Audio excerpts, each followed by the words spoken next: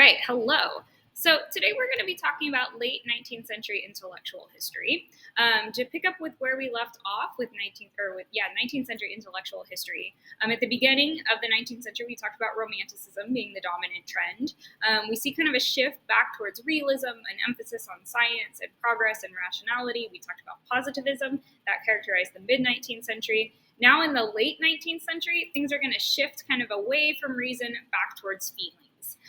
That's not everyone. Again, I want to clarify, there's still most Europeans in the late 19th century are going to continue to value reason and science and progress. There's all these new scientific developments made at the late end of the 19th century, like the discovery of radiation and things like that, all the developments of the second industrial revolution that you read about.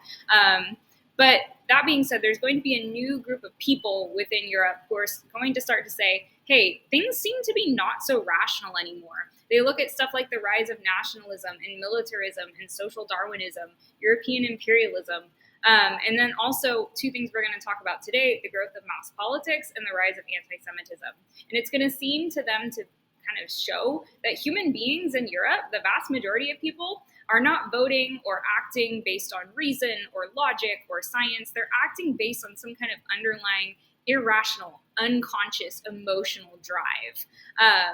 So we're going to talk about how intellectuals during the late 19th century came up with kind of different explanations for human behavior, something beyond reason. There's also this sense of dread that grows in Europe around this time. A lot of Europeans feel kind of that World War I is coming. And that, again, is going to shape the tone of art. Art's going to get really dark, strange, uncanny, shocking. And there's this overall kind of sense of dread or anxiety that something really bad is going to happen in the near future, and that is reflected in art. We call this time period the beginning of modernism. Modernism is kind of a huge artistic movement. You see here the date, it lasts from like the 1890s to the 1950s.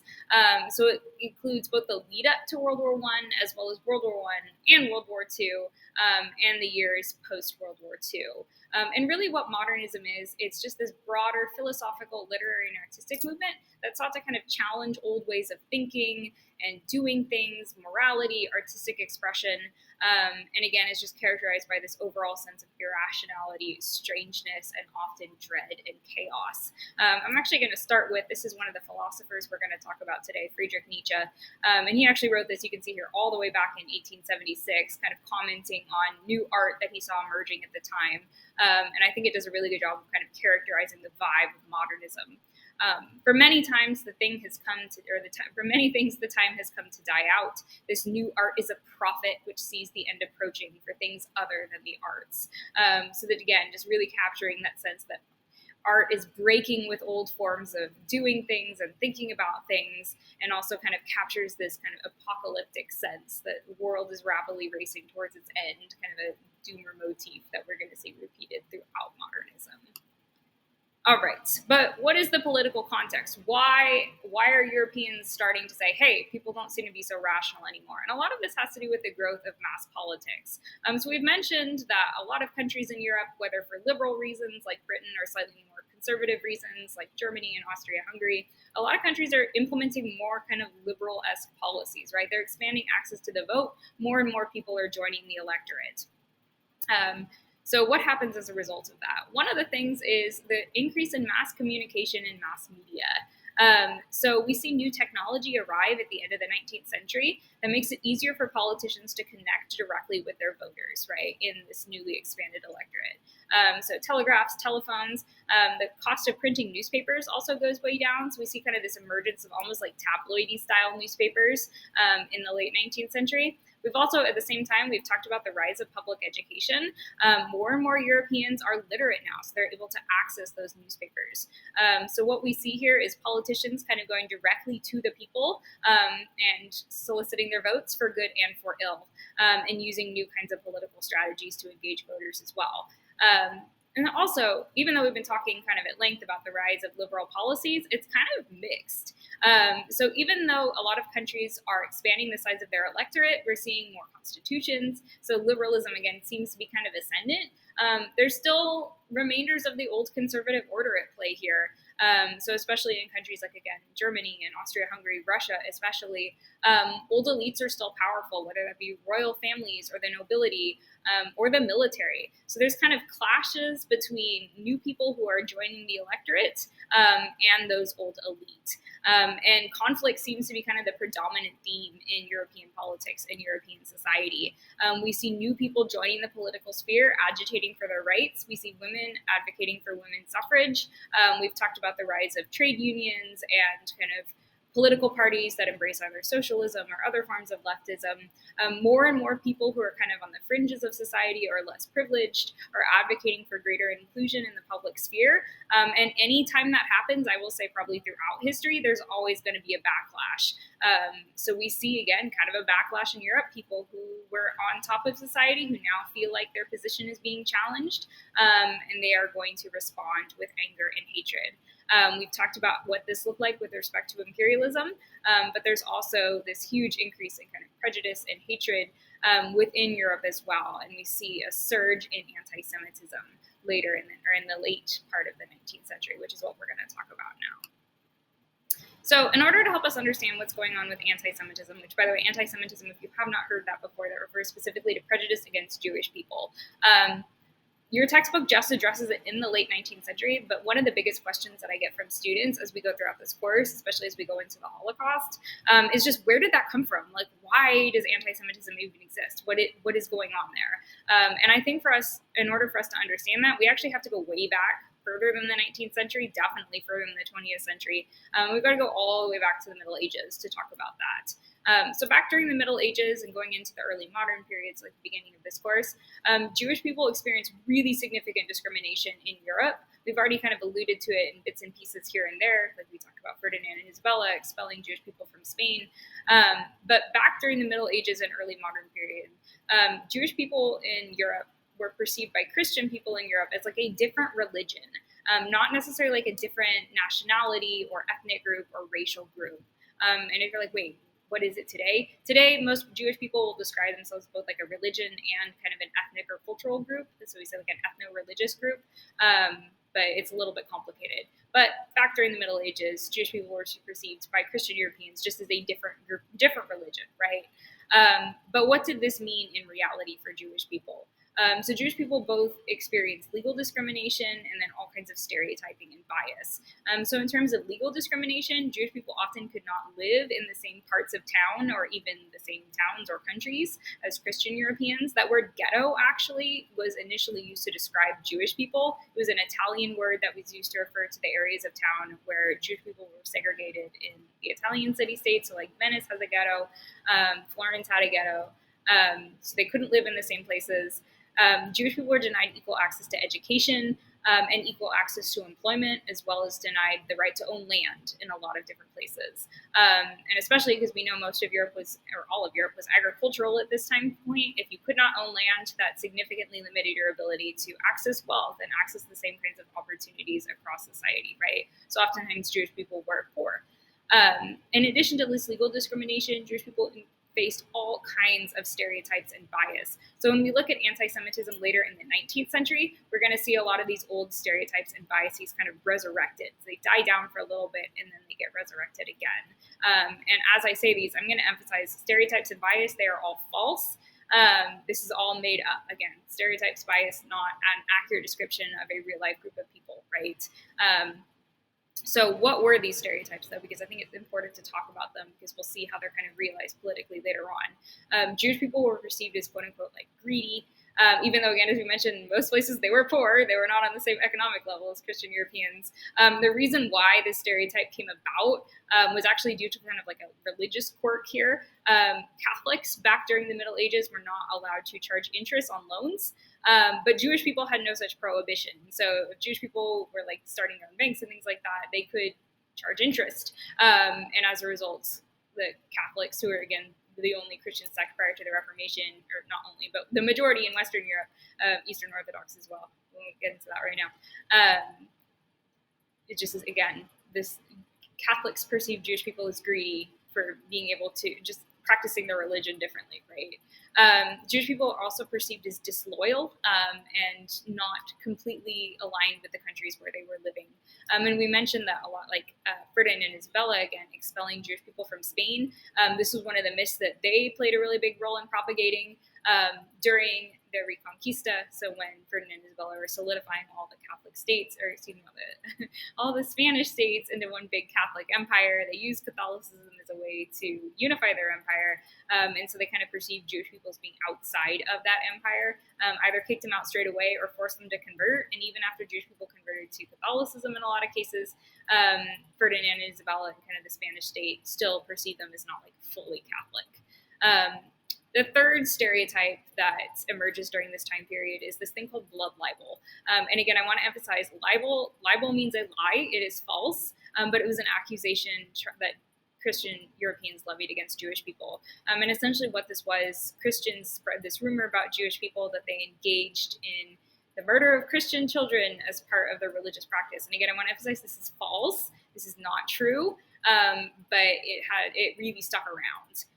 Now, from about the 1700s through the first part of the 19th century, we see some of this legal and sort of stereotype or bias against legal discrimination, as well as stereotyping and bias against Jewish people, kind of go on the downswing. And a big part of the reason why is the Enlightenment. We know that religious toleration was a really important value in the Enlightenment, and a lot of governments that started kind of implementing Enlightenment values in some way or another, liberalism as well, right, started to lift some of this legal discrimination on Jewish people. So Jewish people started being able to access more job opportunities, more educational opportunities, buy land, buy property, kind of advance in European society. So we see Jewish people kind of becoming part of the public sphere in ways they hadn't before. So we see Jewish people getting kind of more high prestige jobs in especially the legal and medical fields, and starting businesses and just kind of rising up through society and having more success than they had previously. Now, by the way, before we go on, in terms of segregation, Russia is actually kind of distinct from Western Europe. They don't lift as much of this legal discrimination in the 19th century. For the most part, Jewish people in Russia live still in ghettos in the 19th century, and they're called shtetls, so there's a picture there. So legal discrimination against Jewish people kind of persists more strongly in the Russian Empire than it does in places like Germany or Austria or France or Britain. All right, but what happens in the late 19th century? So with the rise of social Darwinism and other kind of racist ideologies that we've talked about in this unit so far, Jewish people increasingly come to be seen by Christian, Germans, and French people and other Europeans as not just a separate religion, but a separate race or separate nationality. So what that meant practically was back during the Middle Ages, if you were Jewish and you wanted to escape discrimination, like Jewish people converted. It wasn't always like they didn't always escape discrimination, but it was a way you could kind of get out of it a little bit at least. In the 19th century, late 19th century, not so much. Even Jewish people who converted to Christianity often still faced discrimination. So for example, there was a conductor and composer from Austria named Gustav Mahler who was not getting the conducting jobs that he wanted, so he converted to Christianity, but he was still kind of perceived as other.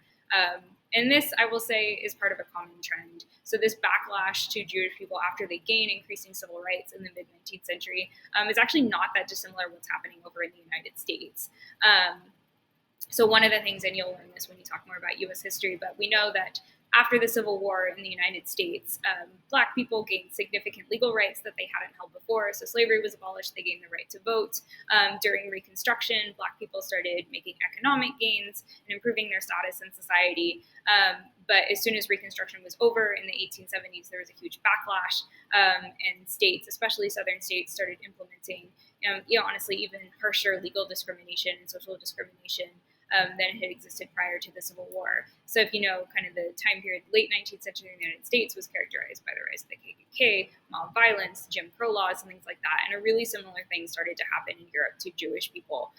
Jewish people gained these civil rights during the late 1700s, early 1800s, and then there was a backlash and increasing prejudice against them. Moreover, with the rise of mass politics, one of the things that politicians did in order to whip up support was employ anti-Semitic stereotypes to kind of solidify their base, especially along national lines. So we'll talk about that, especially in the context of Germany and Austria here in just a second. So what we're going to do next is we're going to talk about kind of what anti-Semitism looked like country to country in Europe in the late 19th century. Russia, or the Russian Empire, is one of the places with the most significant anti-Semitism. So we mentioned they kept those legal discriminations against Jewish people for much longer than Western Europe. And as a result, I would say probably things were significantly worse there for Jewish people. One of the biggest things that kind of changed the tide of anti-Semitism in the late 19th century, Tsar Alexander III, we know his father, Alexander II, who was the Tsar liberator, freed all the serfs, right? He was assassinated, though, and then Tsar Alexander III blamed Jewish people for his father's assassination. The guy who assassinated Alexander II was not Jewish. I'm not sure where Alexander III got this from. Again, probably just innate anti-Semitism. But he spread this rumor, again, kind of evoking old rumors about Jewish people not being fully loyal to the country where they lived. This had a direct violent impact on the Jewish community in Russia. From about the 1870s through the early 1900s, there were these continual waves of mob violence against Jewish people in Russia. Jewish homes and businesses were looted and burned. Jewish people were murdered. And as a result, a lot of Jewish people just straight up fled the Russian Empire.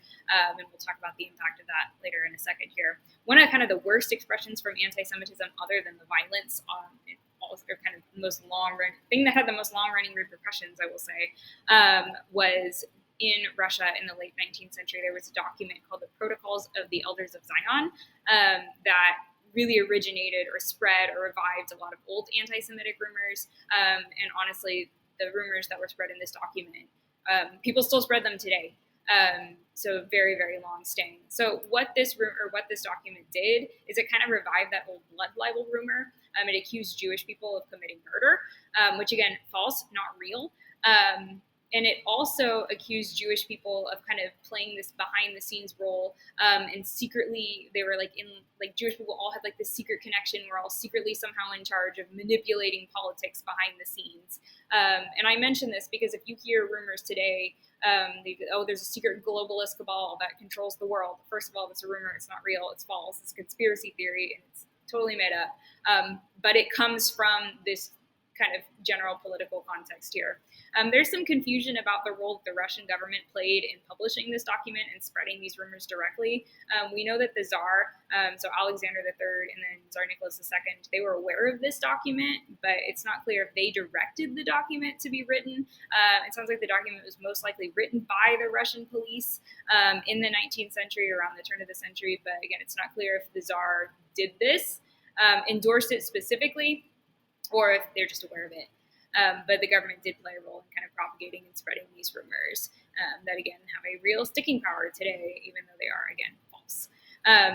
Now, we mentioned that a lot of Jewish people fled from Russia to other parts of the world. And one of the places that they left was to Germany and Austria, since those empires were right next door. What this did is it, say how to put this, let's say that nationalist German politicians in Germany and in Austria used kind of this refugee crisis as a way to fire up their bases and spread anti-Semitism.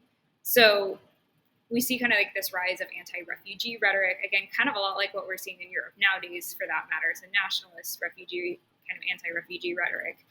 We see a lot of like this new kind of nationalist populist politician emerge in Germany and Austria. So again, hardcore nationalists believe that their nation was superior for no scientific or rational reason, and again, kind of exploited people's prejudices to gain votes. The two most important examples of this kind of politician are Karl Lueger of Austria, who was the mayor of Vienna around the turn of the century, and then kind of his companion Adolf Stoker, who is a member of the Reichstag in Germany.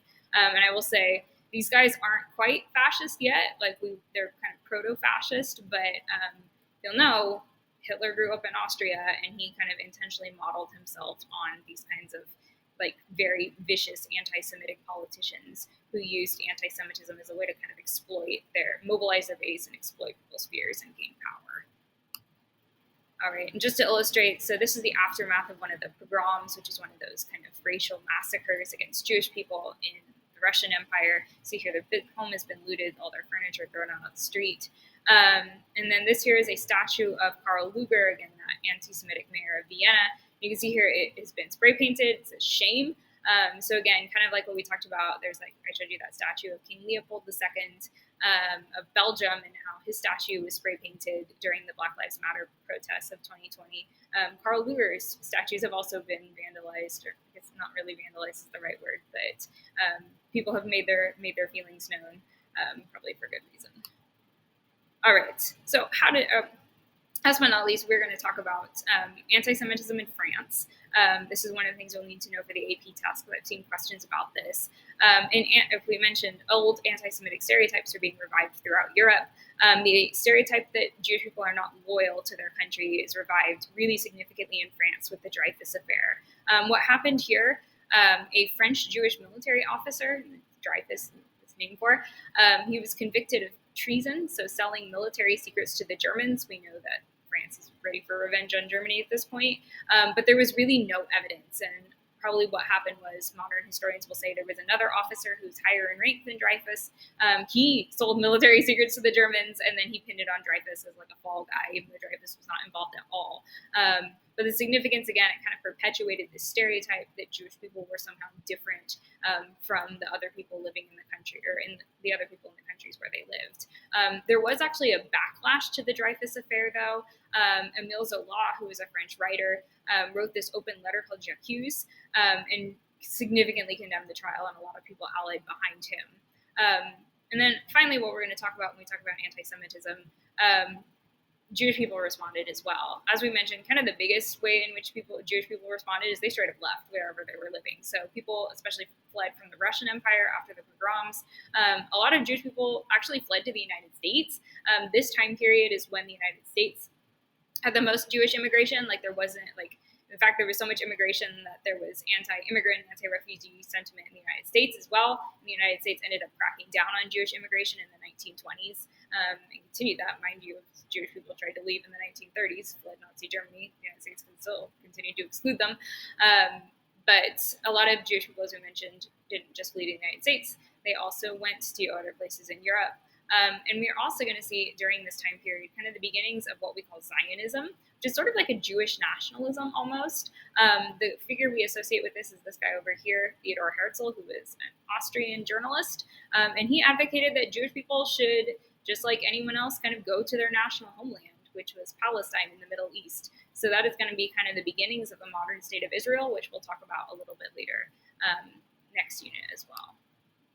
All right, so now we've done tons of political contextualization. We see Europeans behaving very irrationally, whether that's spreading all these new racist rumors or anti-Semitism. All of that is going on. And what we're going to see later in the 19th century is a lot of intellectuals kind of look at what's happening, the rise of anti-Semitism and militarism and nationalism, and they're going to conclude, you know what, human beings, they are not like what the Enlightenment philosophers said. They are not rational creatures. They are motivated by something else. And one of the first people to do this, or not first, but I would say most influential people to do this is a philosopher named Friedrich Nietzsche, who we've kind of mentioned a little bit before. He was from the German states. Germany unified during his lifetime, and he started his career as a really ardent German nationalist. He was a college professor, and he took leave from his job to go be a medic in the Franco-Prussian War. But it was the Franco-Prussian War and some other life experiences of his that kind of led him to break with German nationalism and start to draw some very different conclusions about what motivates human beings. So he's very critical of German nationalism and militarism. And that shaped a lot of his philosophy. All right, so what did he actually think? And I'm going to say, too, he positioned himself as kind of like this critic of both Christianity and the Enlightenment. So I'm going to tell you what he thought, and you're going to say, that sounds whack. And I'm going to say he intentionally positioned himself as kind of like a breaker of norms and kind of an edgelord. So he's intentionally shocking is what I'm saying here. So if you're like, what the heck? You're not alone. He's doing that on purpose. All right, so what did he actually think? Well, first of all, he thought that human beings were primarily driven by instinct, not by reason. So again, breaking with the Enlightenment here. Now, specifically, he said, okay, there's one fundamental instinct that drives all of human behavior, and that is what he calls the will to power. Human beings have a desire for power and control, and that is kind of like the fundamental drive from which all other drives spring from. So even stuff like reason, he's like, well, that's just the will to power, because if you understand the world, that gives you control over the world. Therefore, you think you're being driven by reason? Nope, just power. Sorry. He also said that when people's expression of this will to power is limited, it often comes out in kind of weird and unhealthy ways, which we'll get to in a second. Second idea, no objective moral truths. So again, he's critiquing Christianity. Christianity says there's objective moral truths. What's good, what's bad, that's defined by God, not by human beings. The Enlightenment says there are objective moral truths, so we can figure out what is good or what is bad through the use of our reason and our observation. So there still is what's good for you is good for me. Nietzsche says it's all made up. No such thing as what's good for you is what's good for me. What is considered good is kind of what we would say socially constructed. So it differs between different people. So what is good for you is different than what's good for me. He also says that, we'll get to this in a second, let me say. So yeah, again, he's kind of directly contradicting both Christian and Enlightenment forms of morality. All right, now we're getting to the really edgy stuff. So first is a little bit edgy, now it's super edgy. Now, here's the deal. Nietzsche does not like Christianity because the reason why he thinks that Christianity limits that will to power. So Christianity teaches us to be nice, to be kind to our neighbors, to be kind of self-limiting and thoughtful and pleasant and good, right, as we would say it. And he says, you know what, that's made up. It's not real. We are naturally motivated by power. Therefore, anything that causes us to limit our will to power is unhealthy. If we limit our will to power, we become sick and sad and weak. And he thinks this is kind of the source of a lot of Europe's problems. Sort of like anyone's really negative mental health issues, he says, because you're limiting your will to power. Moreover, he says, okay, it's not just Christians who believe this in Europe. You atheists, too, believe it. And he thinks that any kind of ideology in Europe that emphasizes kindness and care for one's neighbor, so including socialism, in his opinion, is unfairly and harmfully restricting the will to power. And so what is the solution to all of this, you might ask? Well, Nietzsche says we have to change morality completely, acknowledge that morality differs from individual to individual, so it's kind of every individual's responsibility to articulate their norms and values in a way that kind of aligns and allows for a healthy expression of their will to power. Now, here's the deal, though. Nietzsche thought most of us were too dumb to do this. So he had this idea of kind of like this, in his mind, perfect person, the Übermensch or Superman, who is brave enough and smart enough to transcend the moral values around them, kind of be a nonconformist, break with Christian morality, and create a new morality that was more suited to kind of their needs and their values and allowed them to express that will to power in a healthy way. What he meant by this, you're like, okay, what? So what does this mean? If there's no moral values, I can do whatever I want. Like, what? I can kill people, huh? What, Nietzsche? What are you talking about? He probably meant by this, like, he wanted people to be kind of creative and create new artistic values, make art. But he is much like Darwin in the sense that he was really badly misinterpreted by a lot of people who read what he wrote and were like, okay, so that justifies my nationalism, my militarism, me being a horrible person. I can just go kick puppies if I want, right? That's my moral value. So Nietzsche was appropriated both by the Second Reich. Some of his books were actually sent out to soldiers during World War I, and then most infamously by the Nazis. He was not himself a Nazi, again, I want to emphasize. He was opposed to German nationalism and militarism, but his sister was not, and she was very good at marketing, so she marketed his work to German nationalists, and then he kind of ended up associated with them, even though he was himself a critic. All right, there he is. He's famous for having a really big mustache. Okay. So our next person that we're going to talk about is actually not a philosopher, but who's very much influenced by Nietzsche, and this is Sigmund Freud. And Sigmund Freud was actually a doctor, and he applied a lot of Nietzsche's theories about human beings being motivated by unconscious instinct to his practice and to human behavior. And he created this new field called psychoanalysis, which is kind of is a field of psychology that understands human behavior as being the result of like this struggle between our conscious minds and our values that have been kind of passed down to us from society and our unconscious irrational instinct. So according to Freud, the human mind has three parts: the id, which is our irrational, pleasure-seeking, and instinctual side; our superego, which is the moral conscience that we've kind of internalized from society. So again, here echoes of Nietzsche and how he believes that we learn Christian values and teaches us to limit our will to power and whatnot. Freud believed kind of a similar thing. And then for Freud, we also have a third part called the ego, which mediates between those social norms that we've internalized and our fundamental underlying irrational instinct. Now, unlike Nietzsche, we said that Nietzsche was all about people, like the will to power, people want to dominate and control. Freud thinks we want to enjoy ourselves. So Nietzsche thinks we want to fight. Freud thinks we want to have fun. So his fundamental instinct is the pleasure principle. We want to enjoy ourselves and not be in pain. So make of that which you will. Freud was also really interested in the study of dreams. He thought that dreams and the analysis of dreams offered a window into our subconscious struggles. And then before we move on, I want to also mention both Freud and Nietzsche If you're wondering, why did they think human beings were motivated by instinct? So they're kind of shaped by the political context in which they lived. So Freud is from Austria. He was Jewish. So again, kind of witnessing the rise of anti-Semitism as well. So of course, thinking that people are irrational. Both were also influenced by Darwin. So both ultimately kind of came down on the side that human beings are just animals, just like animals are motivated by instinct. So too are human beings. So that shaped them as well. All right, so art and literature, we're going to move on to that now, and we see kind of a similar emphasis on kind of the subconscious, dreams, instinct, irrational motivations for human behavior. So we're moving away from realism. Artists are not really as interested in portraying realism as it is. There is kind of a slower movement away from realism in literature. So you can see here some of the literary movements of the later 19th century do incorporate some realist aspects. So Russian realism, for example, like it's in the name, Russian authors like Tolstoy and Dostoevsky were still kind of interested in depicting people's everyday lives and struggles, but especially Dostoevsky, they were really interested in kind of people's fundamental underlying psychology. So, for example, Dostoevsky wrote this book called Crime and Punishment, which is echoes of kind of like true crimey stuff that people are into today. It's about this student who he drops out of college because he doesn't have the money to keep paying for his studies. He really hates his landlady because he can't afford to pay his rent, so he murders his landlady. And then the book is all about kind of the repercussions that occur thereafter. But there's like this really kind of almost surreal element. The character who commits the murder, Raskolnikov, has all these weird dreams. There's kind of like this weird psychological cat and mouse game between him and a detective. And there's a lot of emphasis on like, why does Raskolnikov do this? What's his motivation for committing this crime? And it goes beyond just pure economic need. He's also got some underlying motivations as well.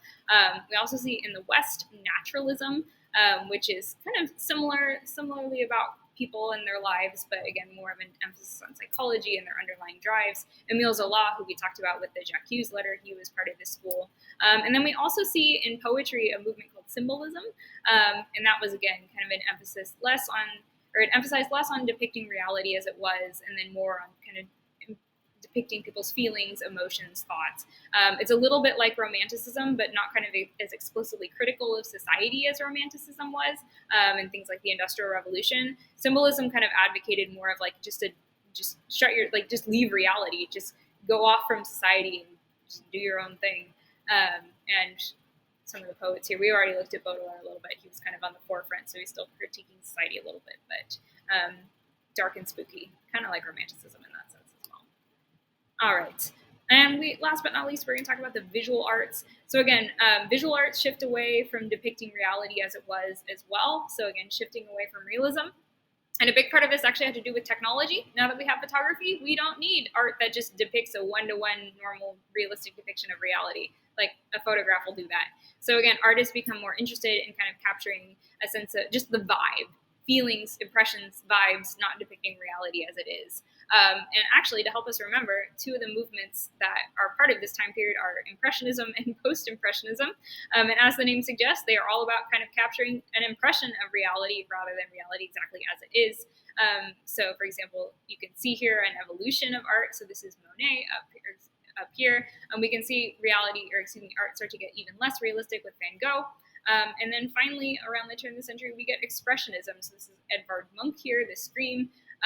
So you can see here over the course of the end of the 19th century, art is more about depicting feelings, impressions, light, color, versus just depicting reality as it is.